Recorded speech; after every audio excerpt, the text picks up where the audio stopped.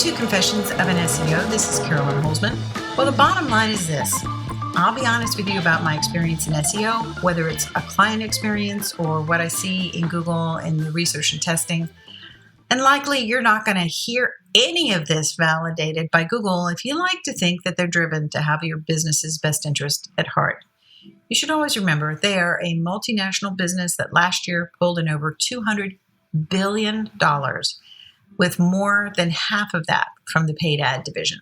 So if you're an SEO, I get you. And when I say that, I mean I really, really get you. And if you're a business owner, I also get you. I was a local business owner for decades before I became an SEO. And believe me, when I say I still feel your pain, it was mine for a long time too. So let's get started. Welcome. This is season 2, episode 22. Today, we have a co-host, Daphne. And assuming that she doesn't start barking, I may let her stay.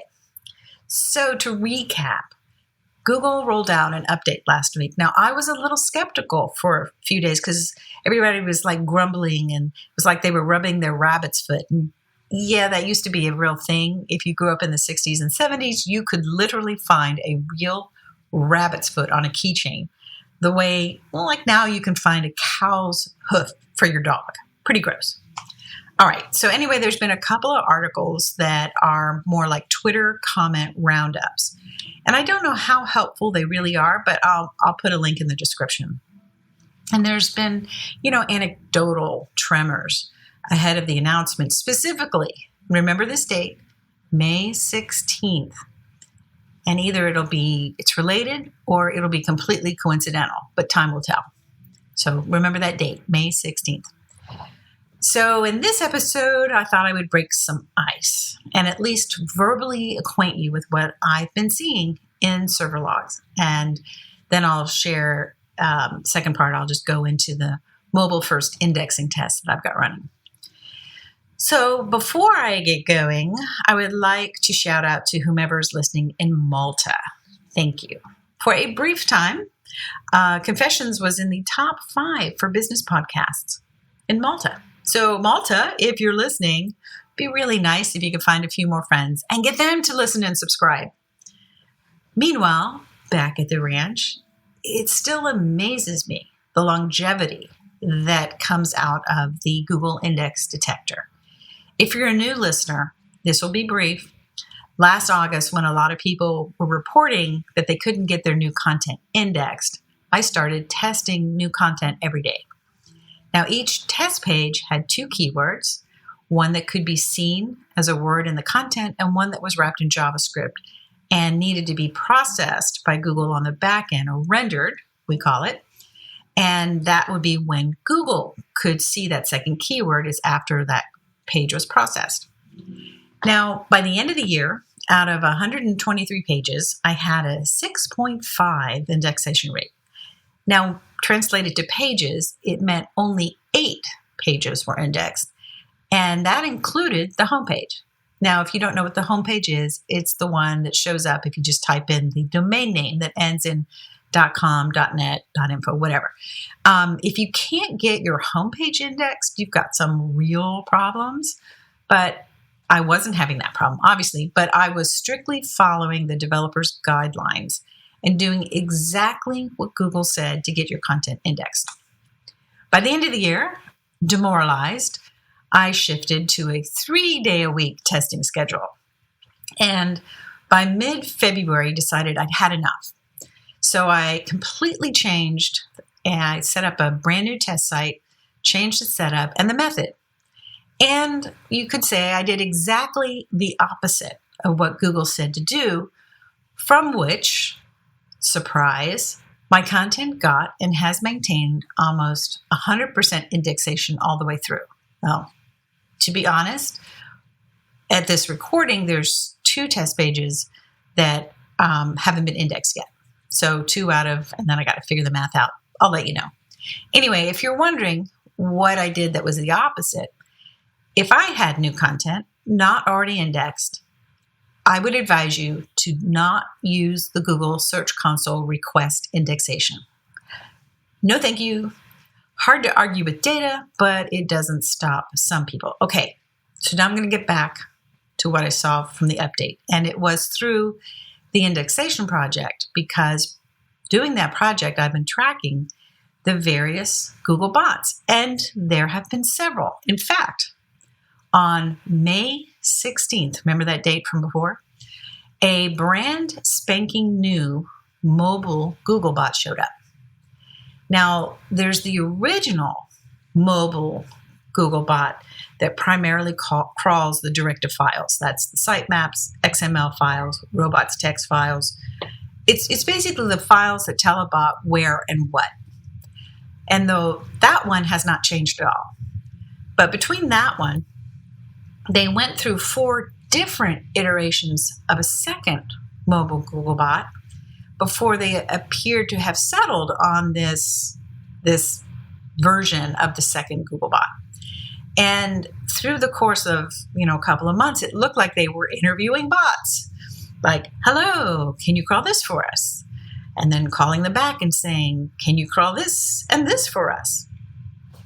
Well, they fell in love when they met Mobile Googlebot 5. And they met on May 16th. And by May 21st, they were going steady. In fact, since that time, it's been back to the 2 mobile bots. The one that crawls the directive files and the one that does the discovery and the refresh rendering crawls. Now, you may be wondering, what happened when Google announced the update? So, well, the day that the SEMrush sensor reader went up into the 9s, the only mobile bot is the one that came. So let me just say it this way. For 6 days, from the 26th to the 31st, they only sent the mobile Googlebot 5. Interesting, right? I'll let that settle in. And I'm going to keep my eye on it. We're going to put a pin in it for now. But it kind of leads me into the mobile first indexing test that I'm running. All right. Now, this is a desktop site where, for various reasons, the site owner will not invest in a new site. He sells out 100% or more every month. And what he offers is finite in nature. So I get to play with things because I'm like, it's really hard to rank a site that's mostly pictures. Well, one of these, I basically had built a mobile site for this ancient HTML collection.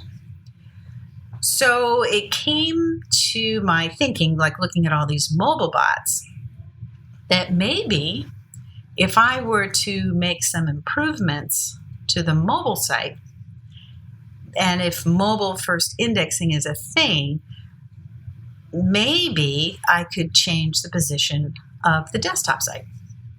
So when you read all of Google's instructions concerning mobile first indexing, they say make your mobile site like as optimized as your desktop site. They understand that people are going to take pictures off maybe or change pictures that are on a mobile site, and they're fine with that. But I think they're talking about the zones on your page of a mobile site, optimize them, make them like you would do as if it was a desktop site. Now, if you're thinking, hey, wait a minute, I have a responsive site, so what the heck is she talking about? Who has a separate mobile site just hanging around? Well, apparently I did. So like I said, my client wouldn't shell out for a new site, and I can't blame him. But what I did, and this was about 10 years ago, I took it upon myself to get one of those cute little PHP templated mobile sites. And then I decked it out. But I realized that those mobile files had very little in the way of any SEO optimization in those actual mobile files. So I was thinking, if I seriously upped the optimization on the mobile files, and if mobile first indexing, according to Google, says they use the mobile version which is going to be this little PHP site, that if I up those mobile files, that his main site would rank better just from more optimized content in the mobile files. So pretty neat, right? Sounds like I could just fall off a log and get this set up. Well, I think I mentioned before, I ran into a little snag. In the years since, I have learned how to do this, but at the time, I really wasn't all that sure and confident in my HTMLing. So I didn't know how to set up a subdomain on a server.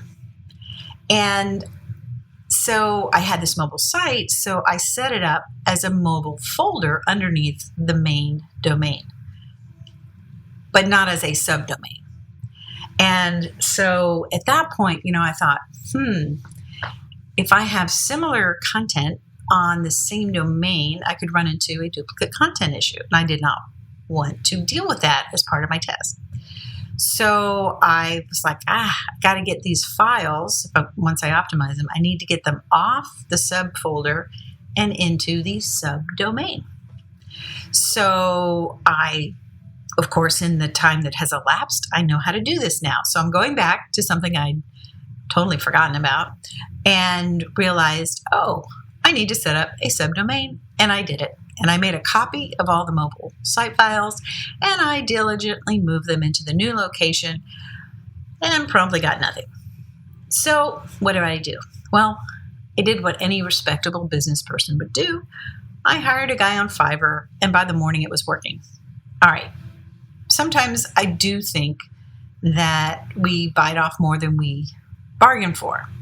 And then when we realize we don't know how to do something as well, perhaps as hiring somebody, sometimes I think I want to punish myself for, I've got to dig myself out of this hole myself.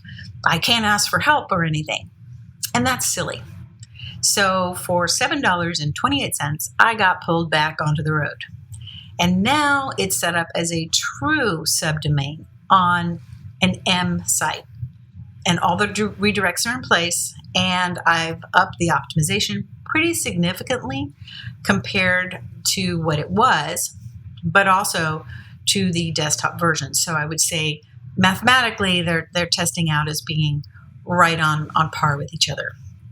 So here we go. And of course, I do all of this, and then Google announced the update. But I'm not scared.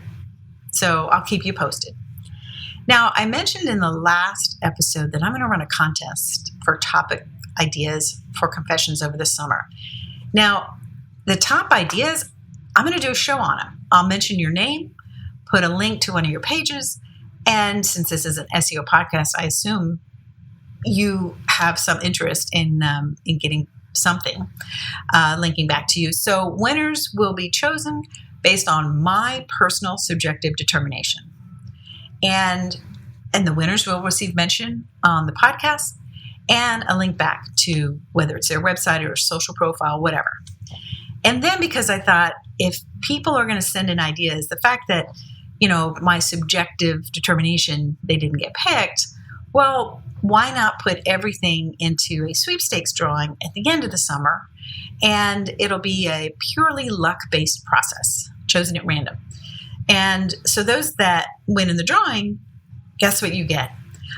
You'll get a one on-page analysis for one single keyword. So you won't get Oprah Winfrey on the taxes. So I'm going to limit the value to $5.99. And believe it or not, sometimes those analyses are faster than coming up with topic ideas for me. And I am not kidding when I say that. So everybody who submits something, whether it's chosen or not, they'll win. And then the ones that are chosen, they'll win. So I'm going to put up a page so you can submit. That way I can keep track of everyone who submits a topic and make sure you have a complete set of rules, and then I can reach out to you.